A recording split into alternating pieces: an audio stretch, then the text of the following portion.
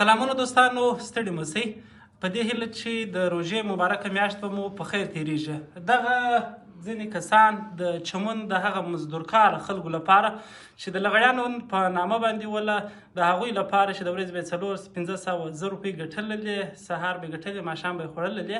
دغه خلکو لکه جانان ماما، کاري نوراني صاحب، حاجدارو ماما او باچا خان او د دوی ملګرو هلې ځلې پیل کړي دي. دوی د پاکستاني چارواکو ترڅنګ د کندهار د لوړپوړو چارواکو سره هم په تېرو څو ورځو کې لیدلي او دغه خلک یې سره ګایولي هم دي. ممکن دغه مسله د دوی په خوله باندې هواره سي. نور تفصیلات چې دوی په خپل سفرونه کړي دي یا د خلکو سره لیدلي دي د هغه خبرې به له دوی څخه واورو. صاحب که راته وایاست هغې غاړې ته کله تللي واست او د هغې خوا مې څه راوړل؟ موږ پرون 6 کسه کمیټۍ ملګرو تقریبا په هغه کې حاجي جانان ماما، زه په خپله حاجي اختر محمد، حاجي دارو، حاجي باچا، صابر خان، حاجي خان هم زموږ سره په دا کې ملګری وو. د هغو په نګراني کې موږ ولاړو. د هغو سره موږ ناسته د اجملا غا سره وکړل. اجملا غا سره موږ ډېر ښه وضاحت وکړ. هغه د دې علاقې په خوی او بوی باندې پوه، خو د ولس په درد باندې، په تکلیف باندې دی ډېر پریشان وو. د هغو سره موږ کوم مجلسونه وکړو چې هغو موږ لګیا یو چې هغه د 15 کیلو شی اخ غاړې ته اړي یا دې غاړې ته اړي. د 80 کالو څخه زموږ دغه روزګار دی، 95% یا 95% موږ د دې سره تعلق لرو. لهذا هغه بچان نن تقریبا په دا ته محتاج دي چې خپل ځانونه وسپځي یا خپل ځانونه مړه کړي. لهذا د دې د درد په خاطر موږ دغه ملګرو د الله دپاره ولاړ سو. موږ بیا ناسته وکړه. بیا مو د جمله سره ټیم واستي چې هغه د ولایت کندهار والی دی. د هغه جمله سره موږ د حاجي خان په مشري کې د هغو سره موږ ملاقات وکړو. د هغو سره موږ ټولې هلې ځلې وویلې. هغو راته ویلې چې دا درد هم زموږ درد دی، دا زموږ ولس دی، دا زموږ وطن دی، دا زموږ بچیان دي.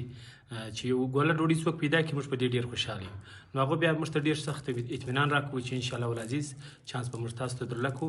خو د پاکستاني چارواکو سره چې کوم مجلس دوی کړی دی هغه به زموږ دا نور ملګري ته وضاحت وکړي. جدارو ماما که چیرې تاسو د پاکستاني چارواکو سره چې کوم څه ویلي دي که هغه اړوند راته وایاست؟ اعوذ بالله من الشیطان الرجیم، بسم الله الرحمن الرحیم. موږ د پاکستاني چارواکو سره په د 4 میاشتې موږ اخته ولو چې هغه دې ځای ته نه پټېدلی چې د پخوا په شان باندې دا چانس یې لکې. نو بیا وړه ورځ زه حاجي اختر محمد، باچا خان، جانان ماما، نور ملګري دا موږ ناستو سره وکړله. هغه دې ځای ته پټ شوله چې بالکل موږ د پخوا په شان به چانس یې لکوو در دغه پرې د پخوا په شان به چانس یې لکوو در اډې پرې.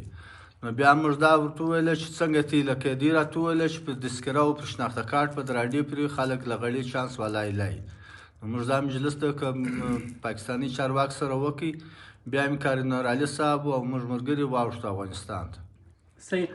یوه پوښتنه به ستاسو له ټولو ملګرو څخه دا وکړو چې دغه چانس مسله تاسو دا خو د ټول چمنو مسله تر څنګ یې باچا خان د چمن پرلت هم روان دی. هغه یوازې د چمن نه بلکې د دې ټول ولس یا د دې ټولې سیمې د پښتنو ستونزه ده.